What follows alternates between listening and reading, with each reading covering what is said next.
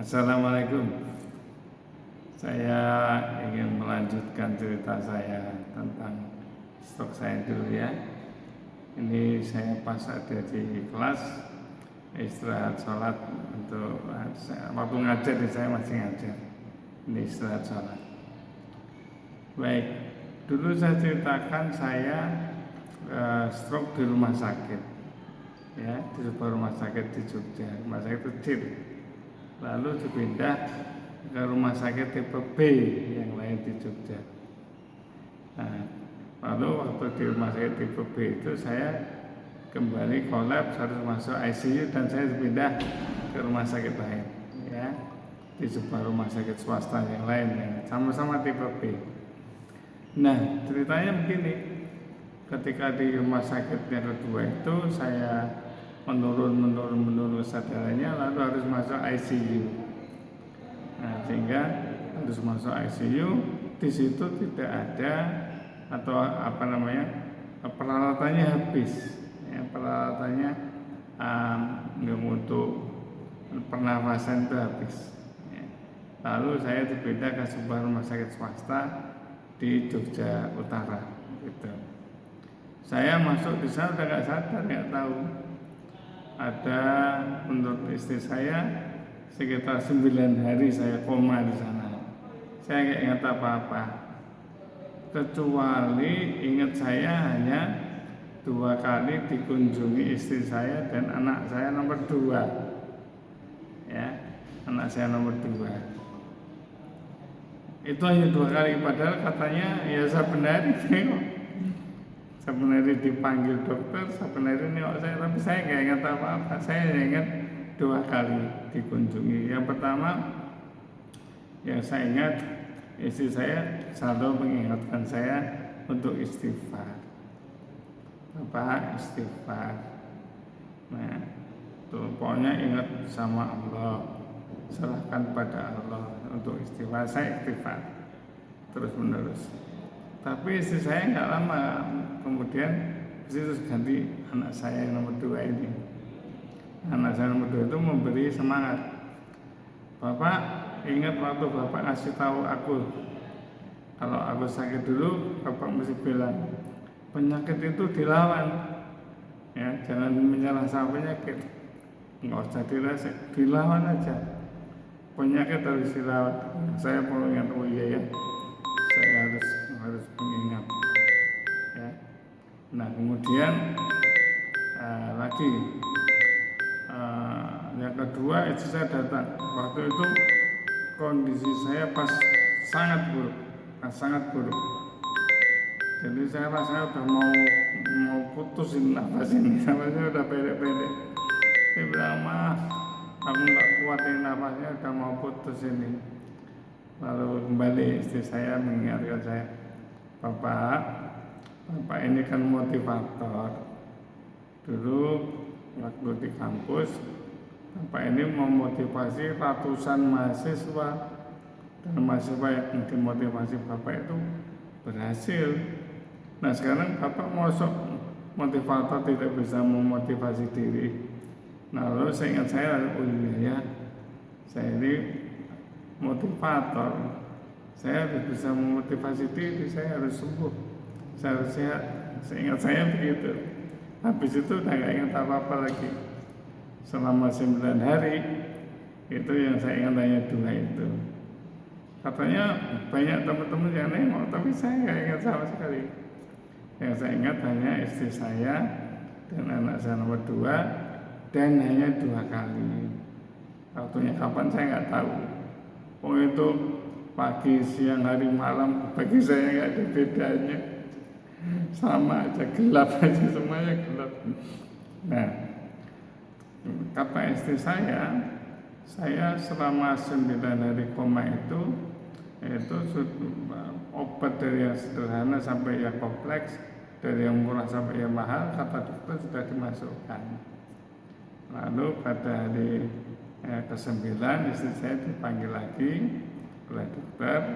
Dan dokter mengatakan bahwa semua tindakan sudah dilakukan, tetapi dokter sudah tidak bisa melakukan apa-apa lagi di ICU. Nah, saya membayangkan istri saya mungkin sedihnya luar biasa. Bingung ini. Istri saya diminta untuk berdoa kepada Allah Subhanahu wa taala. Dan ibu berdoa aja. Mudah-mudahan Allah menolong suami ibu. Katanya begitu. Ya. Nah, lalu supaya biayanya tidak membengkak, ini sudah tidak bisa ngapa-ngapain lagi di ICU, saya akan dikeluarkan dari ICU, dipindah di bangsal. Nah, kemudian kata istri saya dalam keadaan koma, peralatan dilepas, lalu masih oksigen, saya dibawa ke bangsal. Kata istri saya terbangun ketika bed itu kejedot pintu bangsal, ya, dan saya bangun melek gitu ya. Saya ingat, saya waktu itu betul rasanya itu kejedot itu, terus saya bangun, terus kok ini bednya kok jalan nih. Pikir saya, wah ini mau dibawa kemana nih, mesti naik ambulan lagi. Itu saya ingatnya naik ambulan dari rumah sakit pertama ke rumah sakit kedua. Itu yang saya ingat itu. Dari rumah sakit kedua ke rumah sakit ketiga saya nggak ingat apa-apa. Nah, wah ini mau dibawa kemana lagi, mau dipindah lagi nih gitu. Tapi begitu saya udah kok berhenti nih, nggak jadi naik ambulan. Lalu saya nggak ingat lagi. Ya. Saya nggak tahu berapa hari lagi di situ. Hanya ketika itu saya sadar, lalu saya tanya sama istri saya, "Mah, ini di mana saya?" Lalu istri saya jawab, "Ini di rumah sakit ini di Jogja Utara." Lalu saya, "Oh ya." Tapi terus habis itu saya nggak ingat lagi, Tapi udah nggak koma, udah cuma nggak ingat aja, tidur kali ya. Nah itu. Terus hari keberapa itu saya merasa badan itu sakit, semua sendi-sendi itu nyeri luar biasa. Jadi setiap kali udah mulai asar, ketika ada asar itu kan kompleks rumah sakitnya itu ada masjidnya dan dekat, dan kalau pas adzan itu saya dengar. Nah saya dengar itu adzan, itu kalau udah mulai adzan asar itu mulai ini badan itu mulai sedikit itu nggak enak kayak. Begitu habis adzan maghrib, masya Allah sakitnya seluruh tubuh itu, nangis saya luar biasa. Saya nangis dan nafasnya ini kayak mau putus, pendek sekali dan nyeri luar biasa. Ya, kasih obat, saya kalau malam tidak minta obat lagi. Nafasnya ini berat sekali. Ya, lalu yang saya ingat, saya dibantu oleh anak saya yang pertama. Anak saya yang pertama itu kebetulan mendalami hipnosis, ya.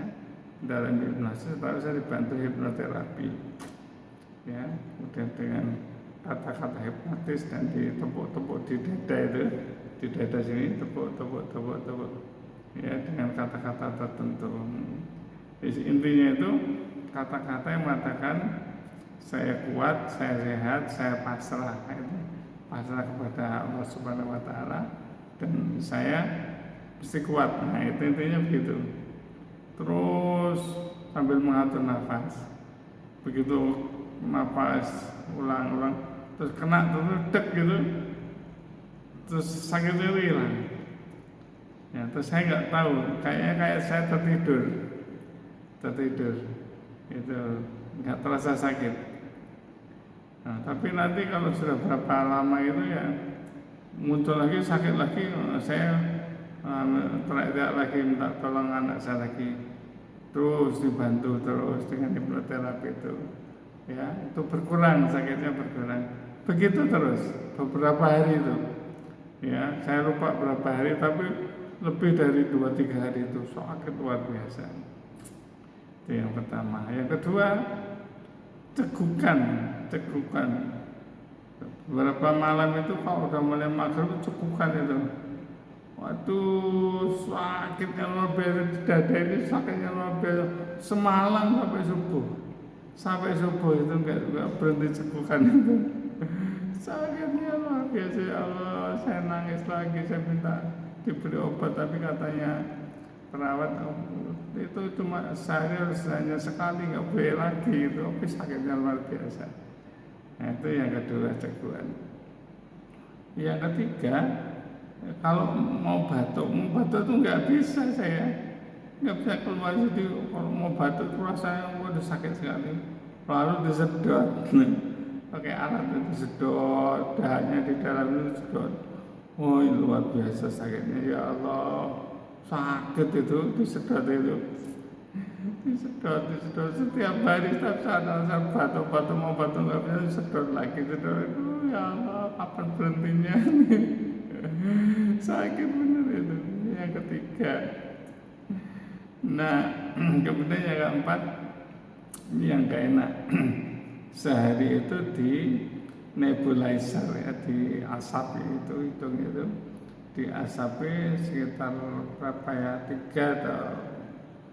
atau 3 kali, lebih dari 2 kali 3 mungkin, ya, pagi lalu malam juga. Nah, jadi itu kalau pas di nebulizer itu enak bener, ya, lega gitu. Kayak itu ada apa ya, ada lendir yang mengering itu, terus terasa lepas gitu, wah itu lega. Habis itu bisa tidur enak itu. Nah, itu yang keempat itu. Jadi yang pertama tadi nyeri, yang kedua cekuan, yang ketiga batuk, yang keempat itu yang nebulizer itu. Obatnya masih terus. Dan ketika dikasih obat itu, anehnya ya ini halusinasi, ya. Perasaan itu obatnya itu disalurin lewat kaki itu, padahal ya lewat infusi tangan, tapi halusinasinya gitu. Nah, berikutnya yang ingin saya sampaikan adalah halusinasi waktu di ICU. Jadi di ICU itu perasaan saya tidak berada di rumah sakit itu, saya nggak punya bayar sampai sekarang. Saya nggak tahu bayar rumah sakit itu settingnya kayak apa, ruangannya kayak apa, peralatannya kayak apa, saya nggak ngerti. Nah, itu sampai sekarang. Saya belum ke sana lagi. Kapan saya mau ke sana lagi, mau ngecek kayak apa gitu. Nah, jadi saya halusinasi saya itu banyak, ya, saya singkat aja yang penting aja. Yang paling penting adalah pertama, saya tuh merasa sering bermain, dan bermainnya itu terbang. Saya berdiri melihat, ini kok badan saya ada di tempat tidur gitu, ya. Saya tinggal terbang main ke Gunung Merapi, ke sekitar kawah Gunung Merapi itu, ya, di pinggir-pinggir antara hutan-hutan dan yang puncak itu batas vegetasi itu. Nah, saya mainnya ke sana dan ke daerah sekitar di Sleman, Gunung Merapi itu. Tapi bukan di Kaliurang, tapi daerah desa pedesaan. Nah, saya seringnya bermain di sana, ya, bermain di sana. Terus kalau udah lama mainnya itu, lalu ada suara yang memanggil nama saya, Pak Jati gitu. Nah, kalau saya dengar suara itu, saya lalu kayak kesedot itu, terbuang ke atas itu. Lalu dari atas langit itu melihat di bawah itu, di bawah itu ada awan, kayak ada bulatan di tengah itu. Nah, aku kesedot di situ, terus terjun, tahu-tahu jatuh itu saya di atas badan saya, di daerah tubuh di tempat tidur itu. Lalu tapi itu kayaknya nggak bisa masuk ke tubuh di atasnya itu. Kalau saya budak-budakin gini-gini sampai muntah-muntah itu, biasanya sekitar 3 kali.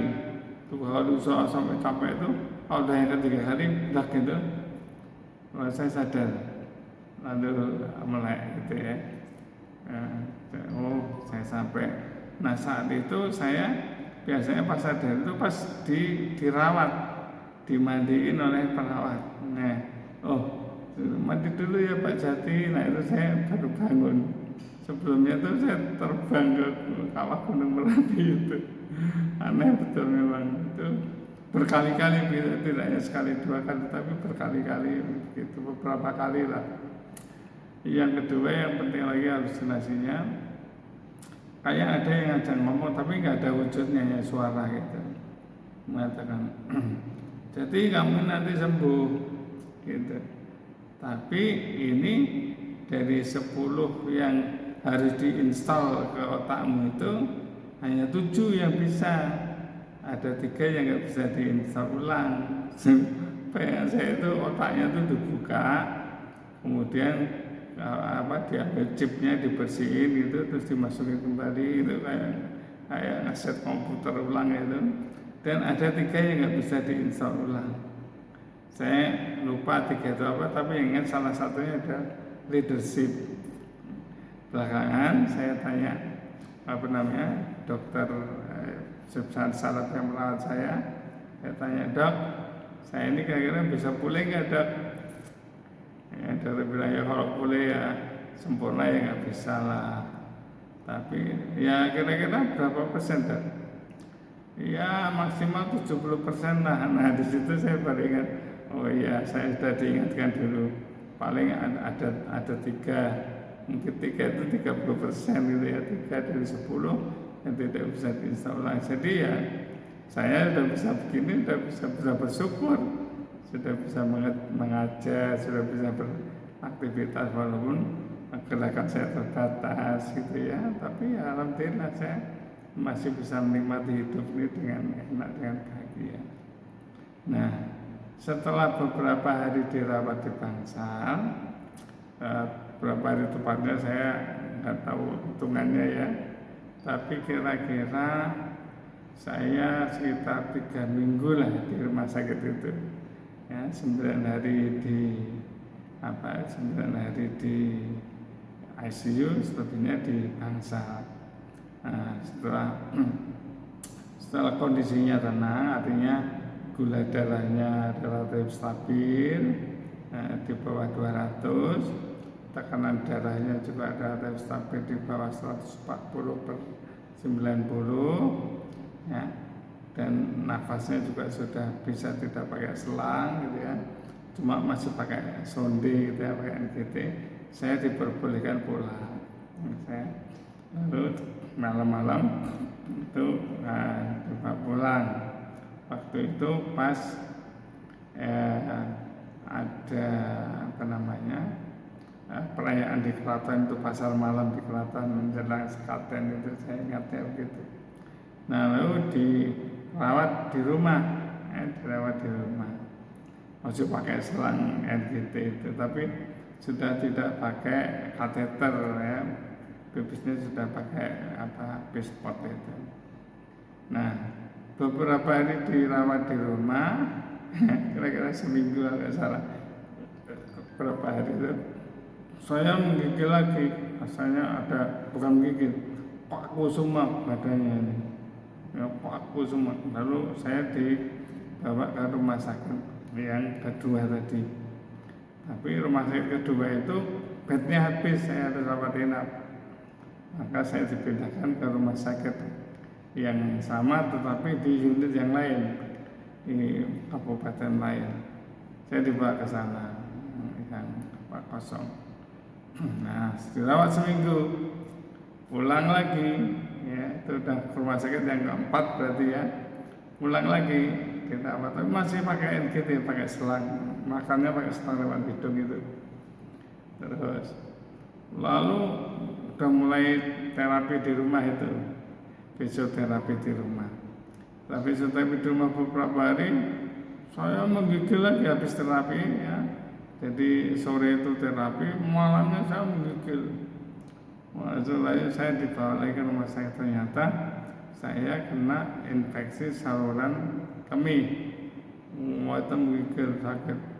Nah, terakhir itulah saya ketemu dengan serius sama dokter itu, dokter saraf yang di rumah sakit itu. Kemudian di diagnosa saya kelenjar timusnya kena, jadi saya diduga kena autoimun miastenia gravis, karena suaranya kadang muncul, kadang hilang, kadang muncul, kadang hilang, istirahat hilang, kalau ngomong banyak hilang, tapi ini istirahat muncul lagi. Lalu diberi obat mestinol.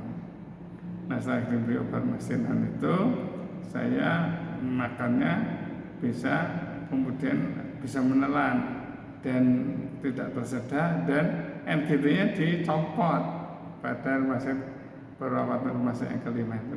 NGT bisa dicopot, lalu saya bisa pulang tanpa menggunakan selang sonde. Nah, kira-kira begitu. Nah, setelah itu saya nggak ke rumah sakit lagi, ya, artinya nggak mondok lagi. Kalau saya ke rumah sakit, memang saya masih kontrol setelah keluar dari rumah sakit. Kalau kontrol saya masih pakai ambulans, karena saya nggak kuat duduk, nggak bisa duduk. 2 bulan di rumah sakit, tapi tetap belum kuat duduk. Jadi kalau di rumah sakit saya pakai terbatasnya ambulan itu.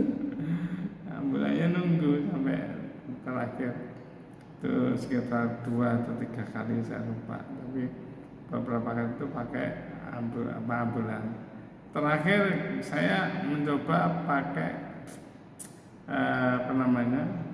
kursi roda, tapi ketika menunggu dokter itu kepala itu udah lama nunggu cenuh kayak mau pecah itu. Akhirnya saya dititipkan di klinik perawatan di Polimata, ditidurkan, nunggu panggilan, saya ditidurkan, lalu saya dapat panggilan, saya baru diturunkan lagi pakai kursi roda, baru masuk ke klinik saraf itu. Nah, itu beberapa kali begitu. Itu ya ceritanya. Untuk selanjutnya fisioterapinya seperti apa, perawatannya seperti apa, nanti saya lanjutkan pada episode yang berikutnya. Gitu ya. Assalamualaikum.